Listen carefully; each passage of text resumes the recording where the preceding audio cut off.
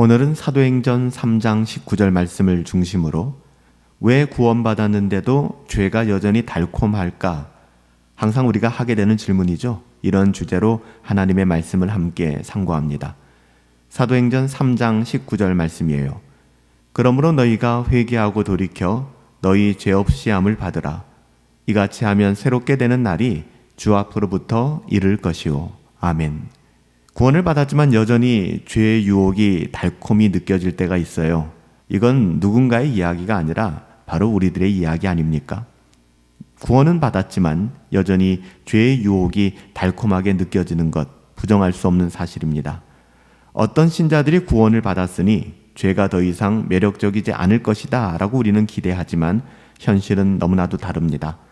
회심한 후에 우리의 삶은 매 순간마다 죄가 사라지지 않는 현장이죠. 죄와의 끊임없는 싸움을 통해 거룩함으로 나아가는 여정이 신자의 삶 아닐까요?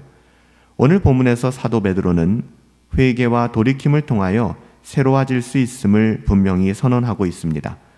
이는 구원이라고 하는 것이 계속해서 살펴보고 있지만 단회적인 사건이지만 더불어 단회적인 사건에 머물지 않고 신자의 삶 속에서 지속적인 성화를 통해 회심하고 회개하고 나아가는 과정임을 가르쳐주고 있는 거예요. 우리가 첫 번째 회심 때 우리는 죄에서 단번에 돌이키며 큰 변화를 경험했습니다. 거룩한 하나님의 자녀라고 칭함을 받는 놀라운 사건, 거듭남과 칭의의 구원을 받게 된 것이죠. 하지만 그럼에도 불구하고 어때요? 회심 후에도 여전히 죄의 잔재가 우리 가운데 남아있어서 때로는 다시 죄의 유혹에 흔들리곤 합니다. 그래서 수많은 괴리감에 빠지기도 하죠. 여러분, 이건 이상한 일이 아니에요. 첫 번째 회심은 우리에게 구원과 그리스도인의 삶이 무엇인 줄을 보여주고 시작하였다면 이후의 회심은 구원의 여정을 끝까지 걸어가며 매일 죄와 싸우는 과정을 배우게 하는 것입니다. 죄가 강력하게 다가올 때 우리는 더욱 강력한 결단과 성령의 도우심을 통해 그 죄에서 돌아서야만 합니다. 성화의 여정에서 우리는 죄와 반복적으로 마주하게 되는데요. 죄는 단번에 없애버릴 수 있는 대상이 아닙니다. 우리가 이 땅을 살아가는 동안에 그럴 수 있다면 얼마나 좋을까요? 그렇지만 그 죄는 우리가 이 땅을 살아가는 동안에 완벽하게 완전히 단박에 없어질 수 있는 대상이 아니에요. 그래서 거룩한 생활을 통하여 경건을 추구하며 조금씩 우리 안에서 죄의 지배를 깨트려 나가야 하는 것입니다. 고단한 씨름이죠. 첫 번째 회심 때와는 달리 이 두 번째 이후의 성화의 삶, 날마다 회개하는 삶은 우리의 의지를 강하게 요구하고 있습니다. 여러분들의 의지적인 결정이 굉장히 중요합니다. 우리의 노력과 결단이 성화의 과정에서 중요한 역할을 한다는 거예요. 물론 성령 하나님께서 주관하시고 주장하시지만 여러분들의 의지를 통하여 하나님은 그 일을 행하십니다. 우리가 아무 의지도 없는데 하나님께서는 그 일을 행하지 않으세요. 이 싸움에서 성령님께 의지하면서 우리는 우리의 의지를 쳐서 복종시키며 하나님의 뜻 가운데 순종하는 작업이 필요하다는 것이죠. 물론 하나님의 은혜가 우리 가운데 부족한 건 아니에요.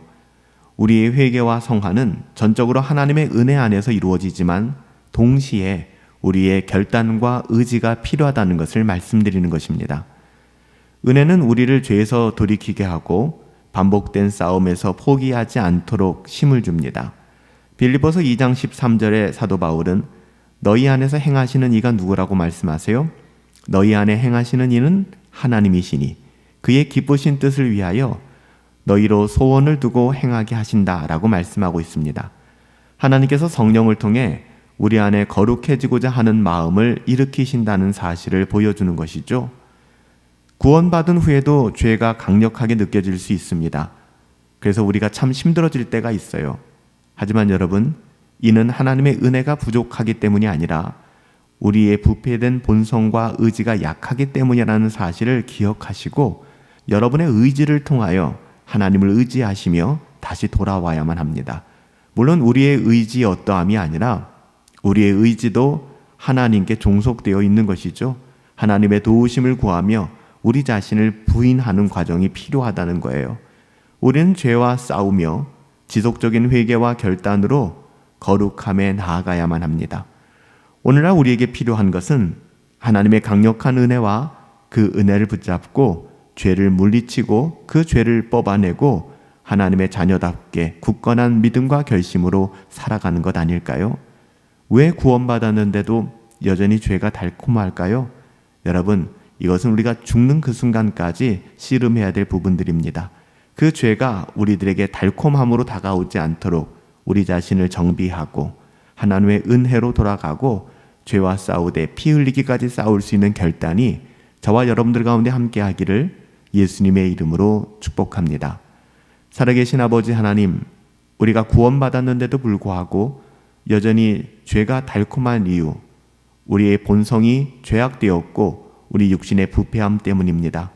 하나님, 구원받았기 때문에 이제 됐지라고 주저앉아 있는 것이 아니라 우리가 성화의 여정을 성령 하나님을 의지하고 날마다 회개하고 믿음으로 살아감으로 말미암아 살아낼 수 있도록 은혜 더하여 주시옵소서.